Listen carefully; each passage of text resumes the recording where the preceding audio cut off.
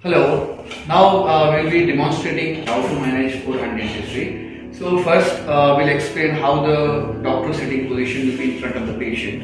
So in the doctor's sitting position will be parallel to the ground floor, and the shoulders of the doctor should be above the patient's shoulder. And ensure your assistant will be on the same level like above the shoulder of the patient. Now we will be demonstrating like the positions like 9 o'clock position, 11 o'clock position and 12 o'clock position, and the procedure how to do like if you are doing any scaling, if you are doing any filling, so and what is the role of a dental assistant, so how he had to hold a suction. So those all things will be explained now.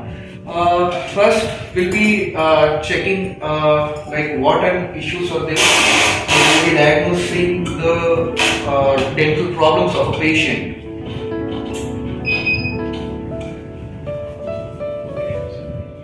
Say yeah.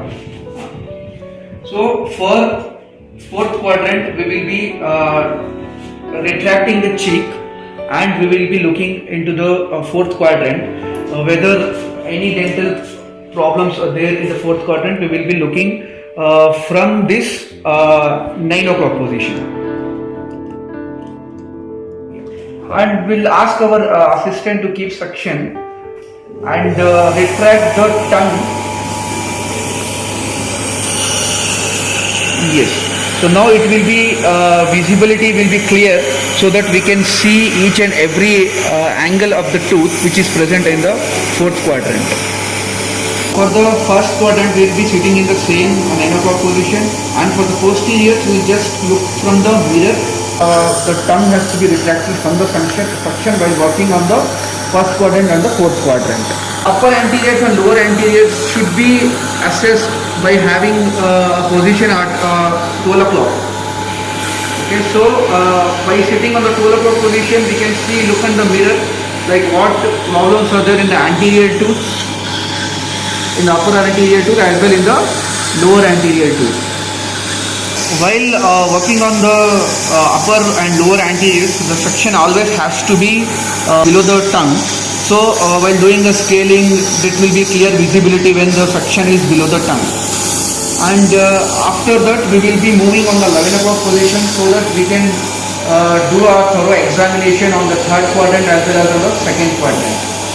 So on the second quadrant, we will be holding the mirror and we will be assessing the teeth, like what exact problems are there, and we'll ask the assistant to keep the suction in the opposite direction.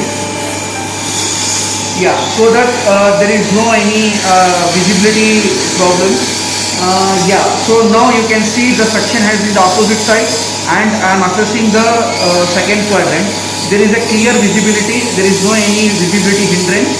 Now we can just examine how the problems are there in the second quadrant. So now we are done with the second quadrant, and then we'll move to the third quadrant. Same, the third quadrant has to be like that only, and in the third quadrant we have to just retract the cheek from the mirror, and we have to just see the occlusal aspect and as well as the buccal aspect of the third quadrant. And to view the lingual aspect, we have to just retract the tongue little bit, and then we have to assess the lingual aspect of the third quadrant. And while doing the third quadrant assessment, we ask the patient to tilt towards the right side. Sir, can you please tilt a little towards me? Yeah. Now we will be just retracting the cheek. Now it is a clear visibility of the buccal side of the third quadrant.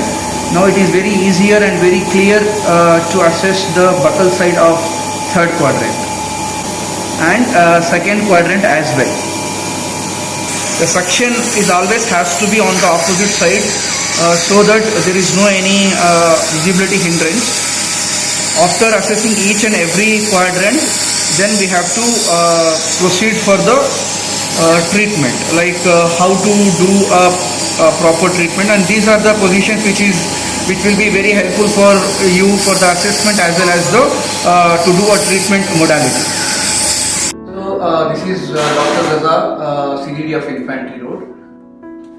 This is DJ. Kumar, you can tell her.